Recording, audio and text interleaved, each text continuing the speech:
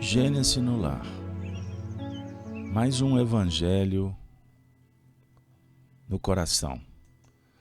Manhã de bênçãos, manhã de oração, de meditação, de intercâmbio com Jesus, os bons espíritos. Que tenhamos nesse encontro aquela condição de recolher os elementos distribuídos pela espiritualidade,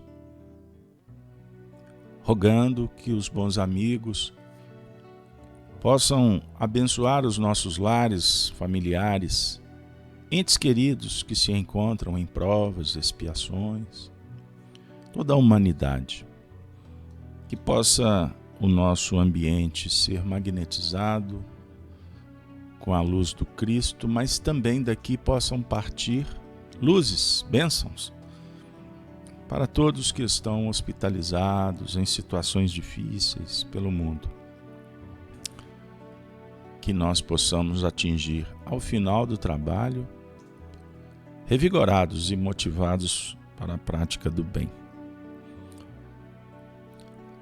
O Cristo Consolador, capítulo 6 do Evangelho segundo o Espiritismo, tem um item que eu vou trazê-lo como o impulso inicial do nosso trabalho.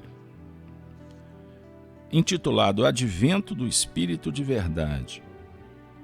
Uma frase: venho, como outrora, aos transviados filhos de Israel trazer-vos a verdade e dissipar as trevas. Escutai-me.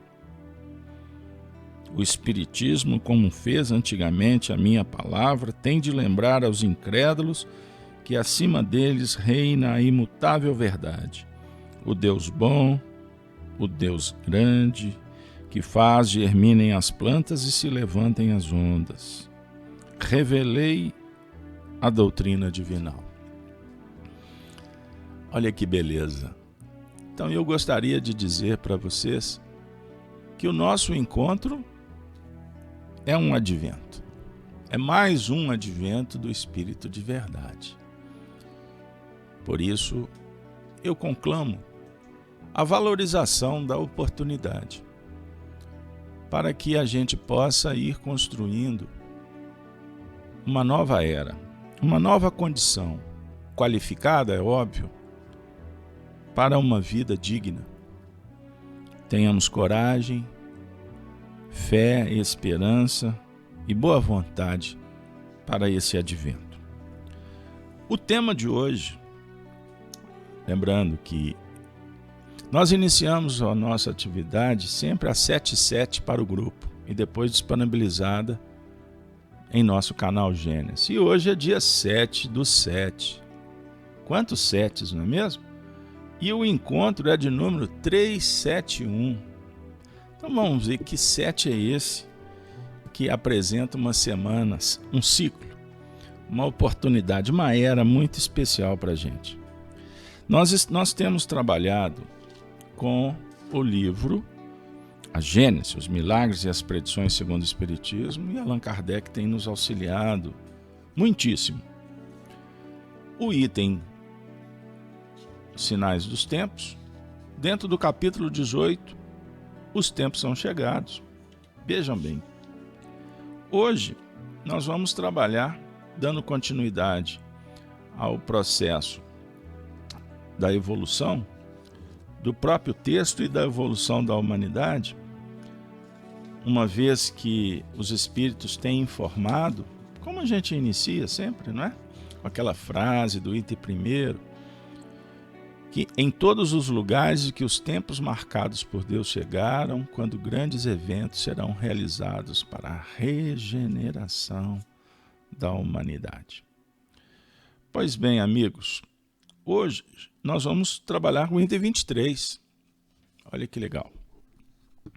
Ontem, no último encontro, nós trabalhamos aspectos da nova geração que marcha para a realização de todas as leis humanitárias compatíveis com o grau de adiantamento ao qual tenha chegado. aprendemos que o Espiritismo avança como avança a humanidade. Por isso, nós estamos diante de um painel muito favorável e que devemos agradecer. Por mais que a vida, em determinados momentos, tenha seus percalços. Mas sem dificuldades, como podemos crescer e atingir os objetivos? Pois bem, então vamos logo entrar no item 23, o objeto do nosso encontro. Kardec diz assim: o Espiritismo não criou a renovação social, pois a maturidade da humanidade faz dessa renovação uma necessidade. Por seu poder moralizador, por suas tendências progressivas, pela elevação de seus propósitos, pela generalidade das questões que ela abraça, o Espiritismo está, mais que todas as outras doutrinas, apto a secundar o movimento regenerador. Por isso que é contemporâneo. Surgiu no momento em que podia ser útil, pois para ele também os tempos são chegados, como para você, como para todo o grupo. Vindo mais cedo, encontraria obstáculos intransponíveis. Teria fatalmente sucumbido, já que os homens, satisfeitos com o que tinham, não sentiam ainda a necessidade daquilo que ele oferece. Imagine nós entrando no Espiritismo, antes daquele dia tão especial que você pisou a primeira vez numa casa espírita, ou leu um livro, ou conheceu aquela pessoa. Pode ser que a gente tinha passado ao largo. Então, como aconteceu com cada um aqui, o Espiritismo chegou para a humanidade no tempo certo. Então, vindo mais cedo, obstáculos intransponíveis. Ele teria sucumbido. Atualmente, Kardec escreveu esse texto em 67, 68. Atualmente, nascido com o movimento das ideias que fermentaram, encontra o terreno preparado para recebê-lo. Estão me soprando que esse texto foi de 66, mas eu vou continuar. Os espíritos, cansados da dúvida e da incerteza, assustados com um abismo aberto à sua frente, acolhem-no como uma âncora de salvação e uma suprema consolação. É o nosso tema de hoje. Suprema consolação. Pessoal, sempre vale a gente lembrar, com respeito a vocês que estão conosco há mais tempo, porque nós temos o web amigo que veio a primeira vez. Então pode ser que ele esteja sendo informado agora sobre esse assunto. Kardec está dizendo que se o Espiritismo tivesse chegado, por exemplo, na Idade Média, ele teria espaço? Por certo que não. Lembram o que aconteceu nessa época? Os médiuns, considerados bruxos ou bruxas, eram levados à fogueira inquisitorial. O Espiritismo tivesse chegado no século XVII, as batalhas religiosas, reforma contra a reforma, o Império Sacro Germânico Hispânico na Europa. Vou caminhar um pouco mais, no século XVII.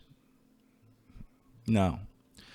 Foi necessário que os homens debatessem muitos temas para que o cenário do século XIX, naquele período em que o espiritualismo racional era debatido na universidade em França, nas escolas, pós-Revolução Francesa, o cenário era extremamente favorável. E esses temas que o Espiritismo trabalha, grande parte deles, é certo, porque a novidade sobre o mundo espiritual viria depois. Mas, sob o ponto de vista moral, esses temas eram discutidos. Então, os homens, os intelectuais em França, moderna espiritualidade se implantava. Então, Kardec, nesse cenário, ele é chamado como um bom soldado para conhecer a batalha. Foi preparado, e a gente sabe da história belíssima do nosso codificador. Um apóstolo de primeira linha, que foi trabalhado desde criança sob o ponto de vista dos seus sentimentos e emoções. Vale lembrar que Kardec era órfão. Ficou órfão de pai e de avô. Foi criado por mãe e por avó. Kardec foi enviado com 10 anos para Yverdon, na Suíça, para ser preparado por um grande apóstolo do Cristo, John Henrique Pestalozzi. Depois ele volta com seus 18, 19 anos para Paris e vai viver ali um cenário de muita luta. Ele vai ser um professor, vai se envolver na pedagogia, escreve livros, 21 tratados que contribuíram para o cenário acadêmico, literário de França. Só depois, com mais de 50 anos, é que ele é chamado para conhecer a realidade que ele nos apresentou com tanta capacidade. O advento do Espírito de verdade. Os Espíritos voltaram para nos mostrar que a morte não existe. Pessoal, em meio às dores do mundo, a maior, que o homem não consegue superar, a morte. O Espiritismo vem ao mundo para vencer a morte, para dar a solução de continuidade. Pergunto a você, existe consolo maior do que sabermos que o adversário, o aguilhão invencível, perdeu as bases de sustentação? O túmulo, que era inviolável, passou a ser apenas um portal de transferência para uma outra realidade, e que nós podemos transitar, ir pelo túmulo, simbolicamente, para dialogar com os espíritos que já antecederam na grande mudança, e estes voltarem para dizer para a gente que a morte não existe, comprovando. Não é apenas uma informação técnica. Isso é um diálogo de alma para alma. Porque os mortos passam agora a ter nomes. Nós vamos falar das pessoas que amamos que já se foram. Então agora nós falamos sobre amor, afinidade. Entes queridos, eles não viraram pó. Foi confirmada a imortalidade da alma apregoada pelas filosofias antigas, pelas religiões, mas que até então apenas nos assombravam. O além-túmulo era a região de almas que, quando vêm ao território dos homens, os assombram, porque são almas penitentes. Porque as virtuosas estão nos céus. E aí a gente sabe como que funciona todo o processo de entendimento do mundo antigo. O Espiritismo veio dizer assim: a sua mãe não morreu. O seu pai está vivo.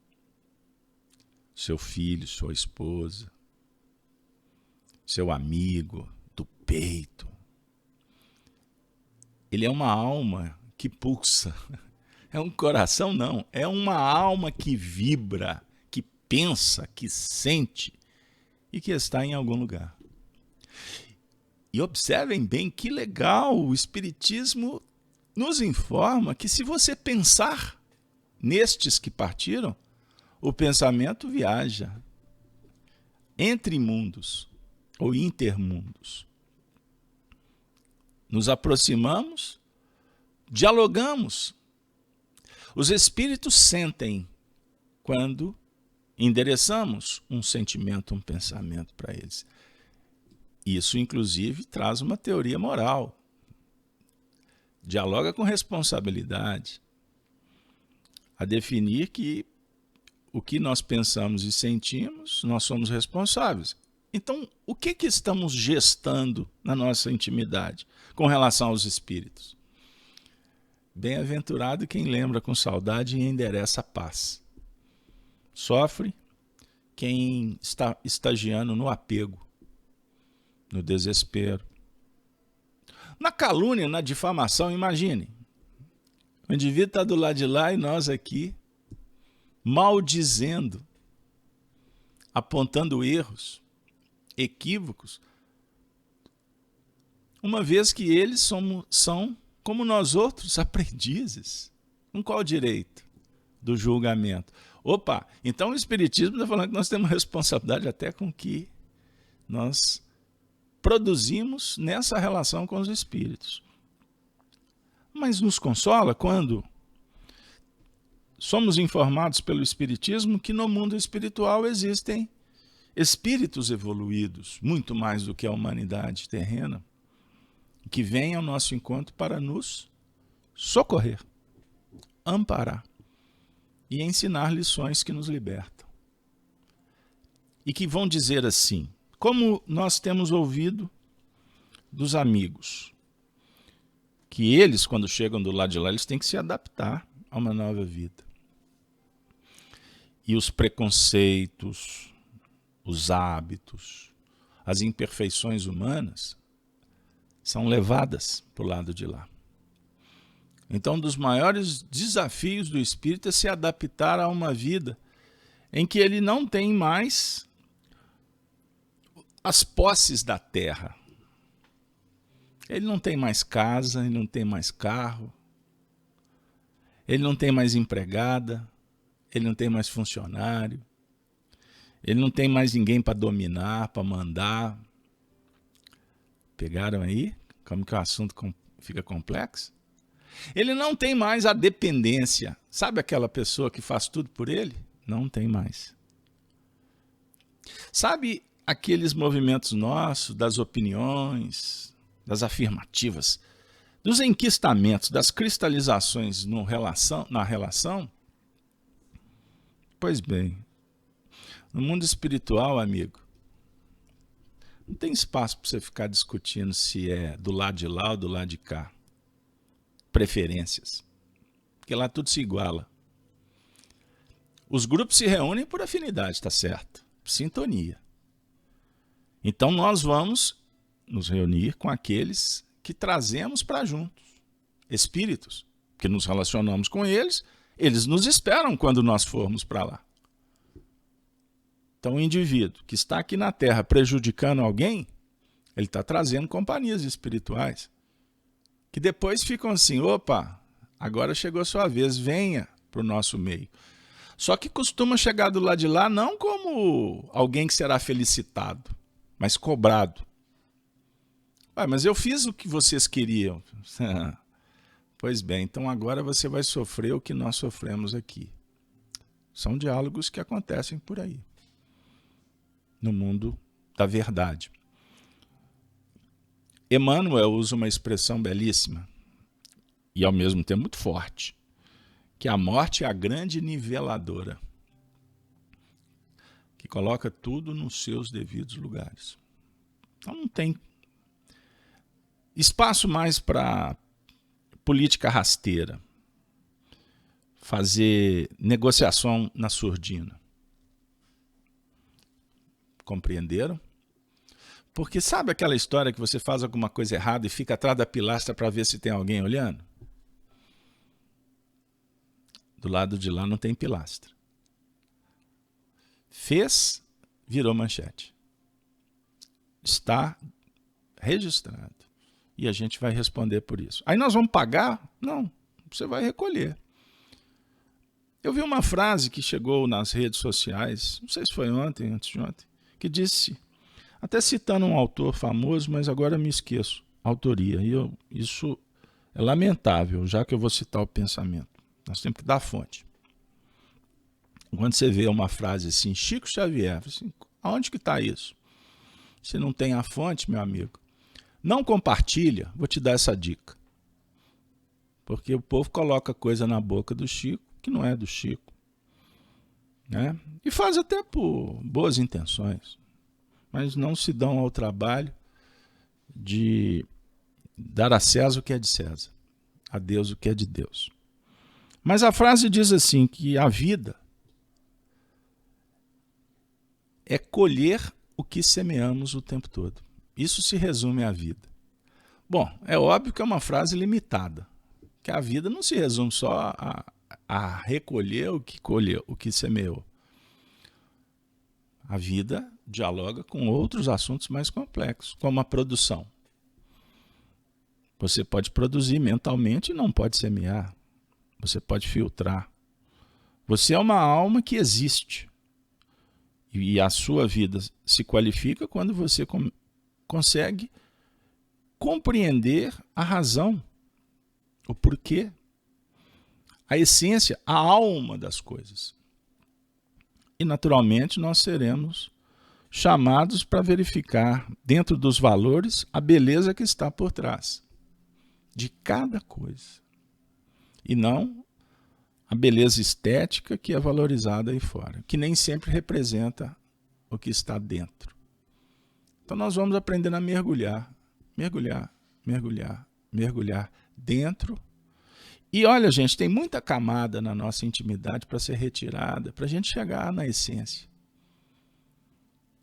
A doutrina espírita dialoga com o progresso. Veja que consolo extraordinário. Quando a gente, por exemplo, abre o Livro dos Espíritos, na questão 789, quando os espíritos apontam que um dia a lei humana, os povos, como os indivíduos, praticarão entre si a caridade. Então viverão felizes e em paz, porque ninguém fará mal ao vizinho, nem viverá à sua custa. Então a doutrina espírita aponta o futuro, e o futuro será bem melhor, porque haverá respeito. Não só sabedoria, entendimento, mas amor, porque a caridade é o amor em operação. Você não vai fazer só porque é bom. Você fará porque você ama. Compreenderam? Então o amor dialoga com a inteligência, com a sabedoria. Mas ele é o amor. Ou seja, expansão sem qualquer tipo de interesse pessoal apenas. Interesse do bem comum. Isso é consolador. Porque pode ser que assim nós vamos entender o porquê do sofrimento. Por que a família passa por isso? Por que o conflito? Por que o problema econômico? As carências. A gente vai sendo chamados para as causas. Então a doutrina espírita, amigos, sem sombra de dúvida, como o texto lido, representa a âncora da salvação. Não tenha dúvida. E é a suprema consolação para todos nós. Então tem esperança, porque tudo está passando. A travessia se dá, e nós sabemos disso. Ontem você fez o que podia. Hoje será o mesmo. Por mais que você se recorde do que foi feito ontem, hoje é um novo dia. Após a tempestade, vem a bonança. E assim os ciclos. Os ciclos se renovam. A natureza prodigaliza as eras, as estações. E nós, observem, passamos por elas. Estamos no inverno, atualmente aqui no sudeste brasileiro. Daqui a pouco vai chegar a primavera. Depois o verão. Quantas primaveras vivestes nessa atual reencarnação? Quantos outonos? Quantos invernos? A definir que essas alterações, elas são necessárias para que a gente possa cada vez mais ter olhos de ver. O que eu quero dizer com isso? Não basta você constatar quantos graus fez essa madrugada. O que isso traz para você de reflexão, sob o ponto de vista desse momento atual? Porque o frio, nosso corpo responde ao frio. E o nosso espírito, lidando com o corpo? O que nós podemos tirar de proveito? Me recordo da oração do Gênesis de ontem, quando foi suplicado: Senhor, pedimos pelas nossas necessidades, atenda-nos, suplicamos. Mas também, Senhor, envolva os amigos e irmãos que estão pelas ruas sentindo frio. Quantos estão desencarnando nestas condições lamentáveis, difíceis? Então observe, a nossa oração ela deixa de ser apenas um apelo pessoal para atender. Porque pode ser que na sua casa você tenha 5 cobertor. Então eu proponho o seguinte: vamos orar por quem está com frio. Mas não fica só na oração labial, no pedido do coração. Pegue um dos seus cobertores e ofereça para alguém. E vou dizer mais. Será que você agradece o cobertor que tem na sua casa? Eu sou de um tempo antigo, não sei se volta mais ou se ele era pior, melhor, não entro nessa senda. Porque isso dá polêmica, né? Aliás, nesse mundo atual, o que não polemiza? Mas eu fui de uma época em que as pessoas sentavam à mesa e diziam assim: Senhor, muito obrigado pelo alimento. Abençoe a todos que fizeram de alguma sorte que esse alimento estivesse em minha mesa. Você tem feito isso? Sabe aquele amigo do campo que mora na zona rural, que trabalha em todas as estações para que o arroz, o trigo, o leite chegasse à tua mesa? Casalberto, mas isso vai mudar o quê?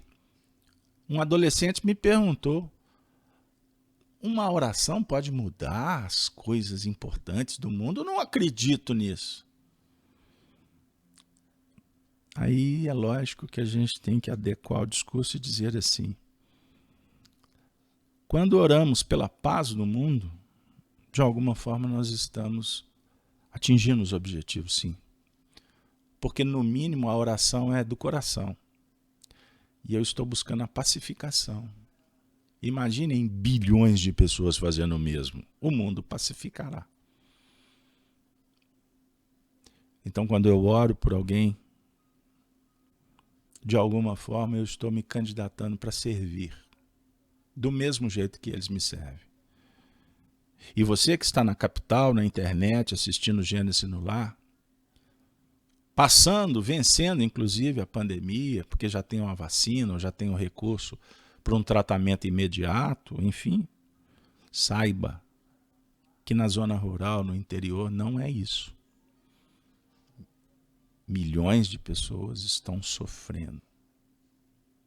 Então observe. A doutrina espírita é um consolador atuante. Ele não pode ser apenas uma religião de elitistas.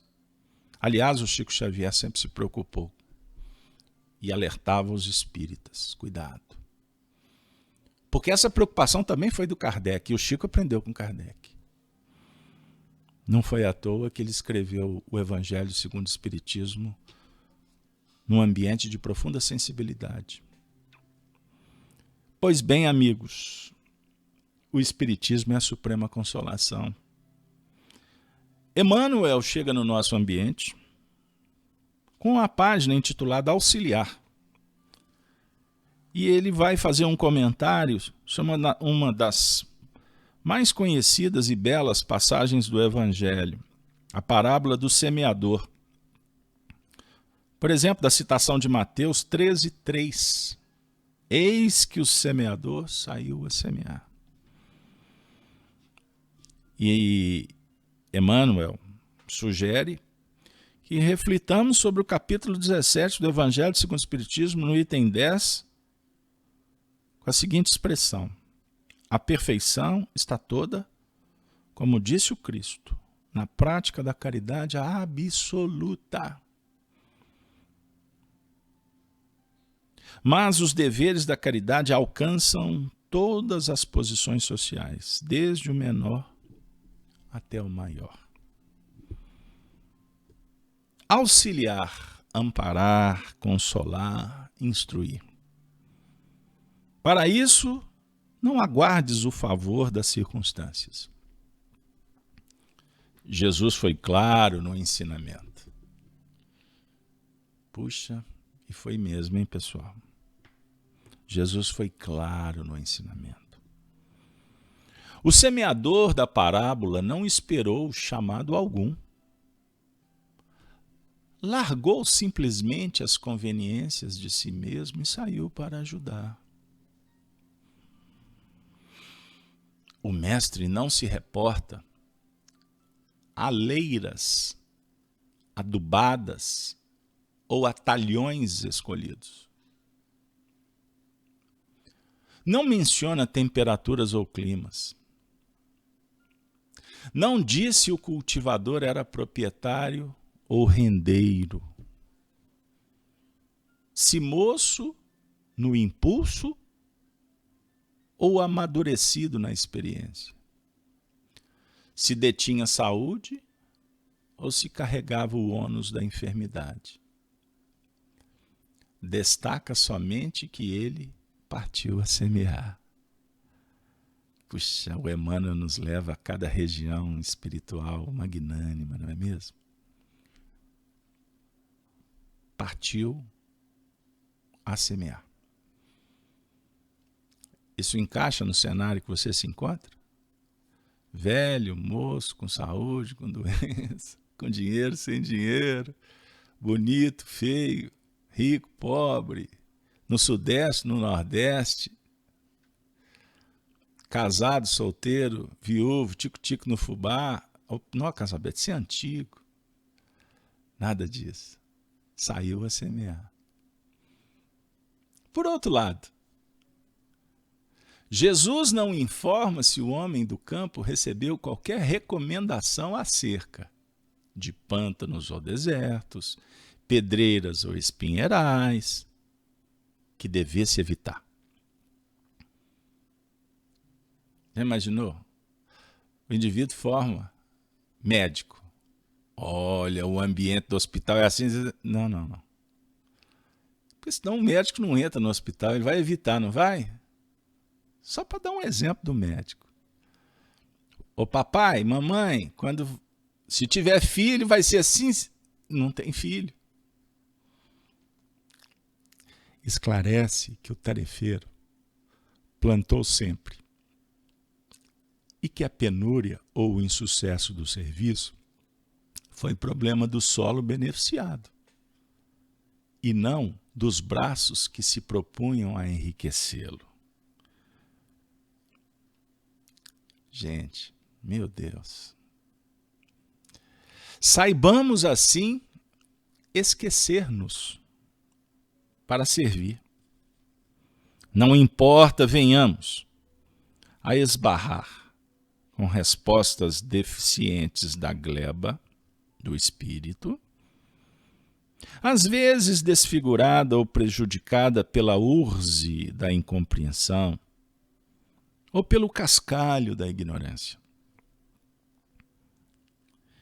Ideia e trabalho, tempo e conhecimento, influência e dinheiro são possibilidades valiosas em nossas mãos.